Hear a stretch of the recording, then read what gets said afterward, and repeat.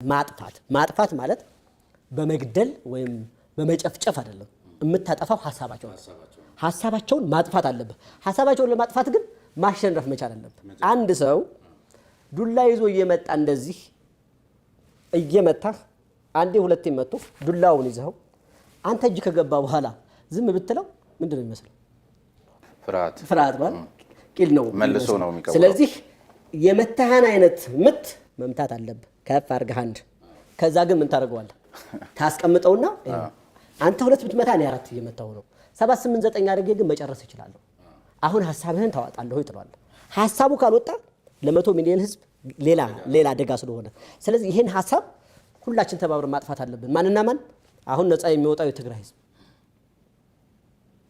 ከመንግስት ጎን ከኢትዮጵያ ወንድሙ ጎን ቆሞ እነዚህን ሰዎች አጋልጦ በመስጠት በቃችሁ በማለት ልጆች ይደረሱ በማለት በአስራዎች የተጨፈጨፉት የትግራይ ዳሃ ልጆች እስኪ አንድ የባለስልጣን ልጅ ነገር ሁሉም የባለስልጣን ልጆች አሜሪካ ሀገር ነው ያሉት ሁሉም የባለስልጣን ልጆች ውጭ ሀገር እየተናናቀቁ ናቸው ያሉት ሁሉም የዳሃ ልጆች ግን ግንባር ላይ ናቸው ሁሎችም እየሞቱ ነው ስለዚህ መነገጃ መሸቀጫ ነው በደም ማኖር ማለት ነው ለዚህ ነው ገብቷል አይደለ እንባይ ሊፈነዳ ሲል ያብጣል ያልኩት በ10 ሺዎች የትግራይ ደም ያበጠ ጉንጭ ያበጠ ገላን ያለው ነው ደም የትም አይሰድም ዛሬ ሊያረግ ይችላል የትም አይሰድም ደም የትም እንዳልሰደደ ሚሳኤል ታጥቆ አይቶታል ሚሳኤል ታጥቆ በሁለት ቀን ሲፈርስ አይቶታል ደም የትም እንዳልሰደደ በአንድ ወረቀት መቀሌ ሲገባ አይቶታል ደም የት እንዳልሰደደ ደግሞ አሁን ተንከራቶ በኢትዮጵያኖች እጅ በቅርብ ቀን ሲገባ ያዋል የትም አያደርስምና የትግራይ ህዝብ ብዙን ባይሞኝ ራሱን በተተረከለት ጀግንነት ማቆም ሳይሆን የኢትዮጵያ ጀግና እንደሆነ ቢያስብ የትግራይ ጀግና አይደለም የአማራ ጀግና የኦሮሞ ጀግና የለም የኢትዮጵያ ጀግና ነው ያለው ኢትዮጵያ ሲደመር ነው እንጂ ጀግና በግለሰብ ደረጃ በምንም ታምር ጀግና የለም በብሔር ደረጃ በአንድ ብሔር ደረጃ በምንም ታምር ጀግና የለም ይሄንን አውቆ ትርክቱን ትቶ ወነታው ላይ ረግጦ ከመንግስት ጎንና ከኢትዮጵያ ወንድሞቹ ጋር በመሆን አሳልፎ መስጠት አለበት እነዚህ ሌቦች ማለት ነው በተለይ የለውጡ ማግስት ይመስለኛል ከ2 አመት በፊት አሁን ጦሩንም በተለያየ መልኩ እንግዲህ ህዋትን ወክሎ በግንባር ቀደምትነት ከሚታወቁት መካከል አቶ ጌታቸው ረዳ አንዱ ናቸውና ከዚህ ከአማራ ጋር በተያያዘ በጣም በፎቢያ ደረጃ በሽታ ያለባቸው መሆኑን ገለጽለት መልስ ሲሰጠኝ ነበር ምናልባት ተመልክተውት ከሆነ አሁን ላይ ቆመው ሲያዩት ያን ጊዜ ከኔ ጋር በነበራቸው ቃለ ምልልስ ላይ የሰጡኝን ሐሳብና ዛሬ የሆነ ያለውን ምን ታዘቡ እስኪ ያን ጊዜ በጣም አጥብቃ እየጠየቀው ነበርና እኩል ሰዓት እየተናደደ ነው ያሳለፈው እንዳየው ችግሩ አይተው ከሆነ በአማራ ክልል ላይ የነበረው አስተሳሰብ ጥሩ ነው ምናልባትም እኔ ጌታቸው በሌላ መንገድ ኢትዮጵያን ጠቅሟታል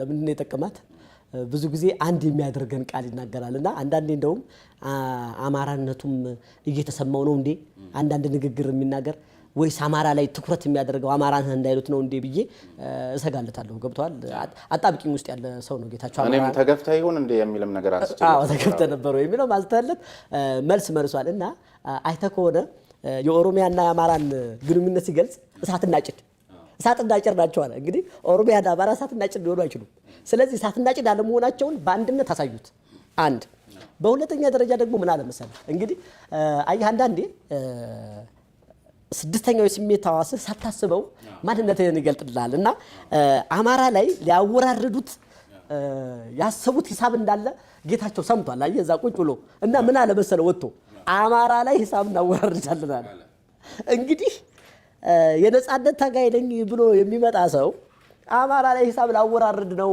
ካለ ማን ነው የሚቀበለው ስለዚህ ጌታቸው ለኛ ምንድነው ጠቅሞናል ኢንፎርሜሽን ሰጫችን ነው እና እኔ ጌታቸው ሲናገር በሌላ መንገድ እነሱ ተረርተው አንድ ቀን ውሳኔ እንዳይወስዱበት ፈራለሁ እንዳይገሉት ምናልባትም መጨረሻው ሰዓት ላይ ሊገሉት ይችላሉ ቢኮዝ ብዙ ነገሩን ያበላሽባቸው ነው እንደውም ጀነራል ጻድቃን በመሃል ገብቶ ቴክስት ተደርጎልኛል አሳያለሁ ምናወራረደው ሂሳብ የለም ጌታቸው የተነገረው ትክክል አይደለም እስከማለት ሄደ ቦክስ ላይ ያለውን ነገር እያወጣ እየነገረን ነው ጌታቸው ስለዚህ ጌታቸውን ሰፖርት ነው ማድረግ ያለብን እኛ አሁን የጌታቸውን ንግግሮች ውስጥ የሚጠቅመን ነገር ነው ማውጣት ያለብን የሚጎዳ ነገር ተናግሮ ያቀም ስለዚህ አማራ ላይ ሂሳብ እናወራርዳለን አንድ ለቃቸውም ሲል ያማራ ህዝብ ምን ሆነ ሂሳብ ማወራረድ ነው እንዴ እኛ ሁሉ ወዴት መጣን እኔ በጌታቸው ንግግር ነው ወደ ትግል የገባሁት ባይዘው ጌታቸው አማራ ህዝብ ላይ ምናወራረደው ሂሳብ አለ ሲል ይሄ ሰው ቀስ ብሎ ነግሮኛል። ከዚህ የበለጠ ሌላ ሊነግር አይችልም።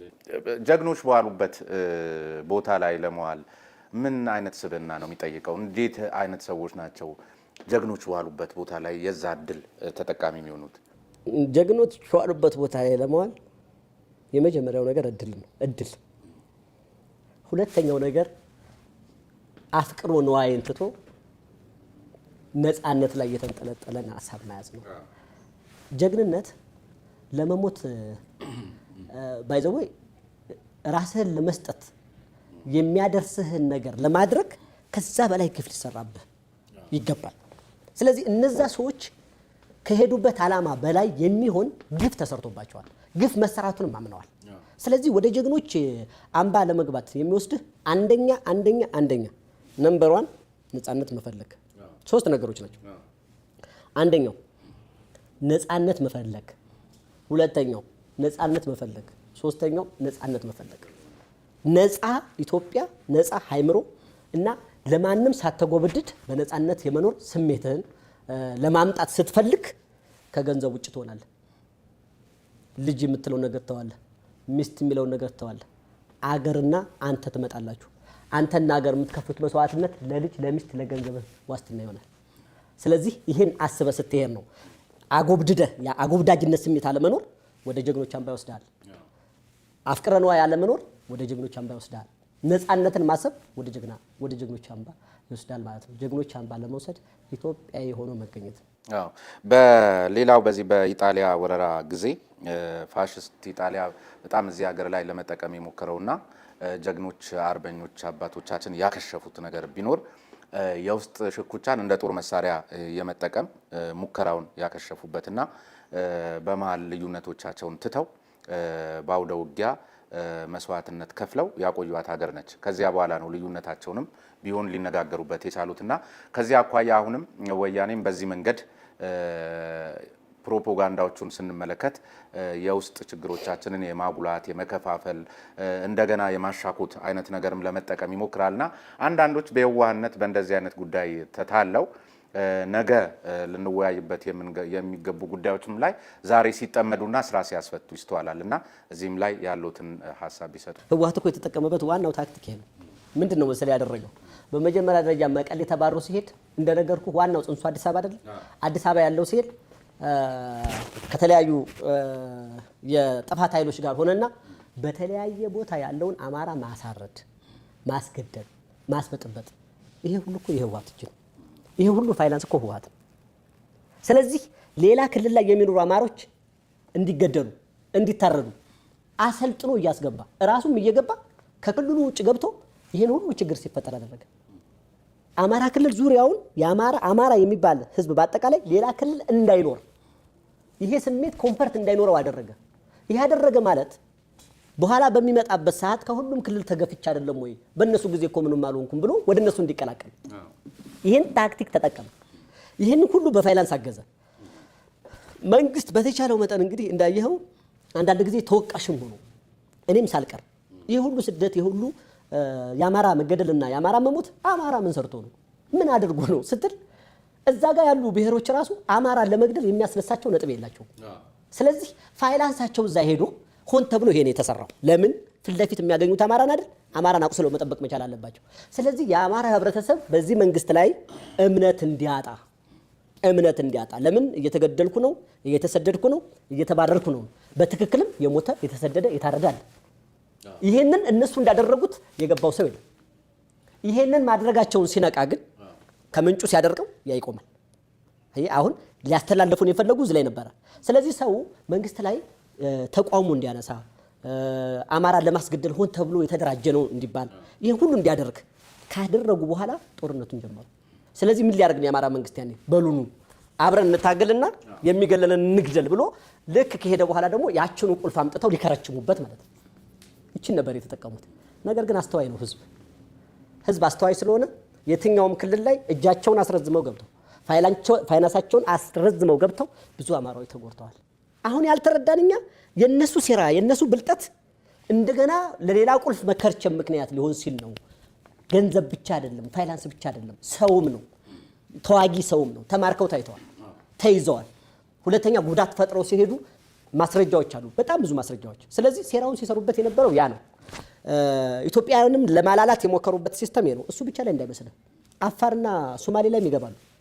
አፋርና ሶማሌ ላይም ሌላ ችግር ይፈጥራሉ። ፋይናንሱ የሚነሳ ለምንድን ነው? ይሄ ሁሉ ሰው ሲንቀሳቀስ በነፃ ይንቀሳቀስ።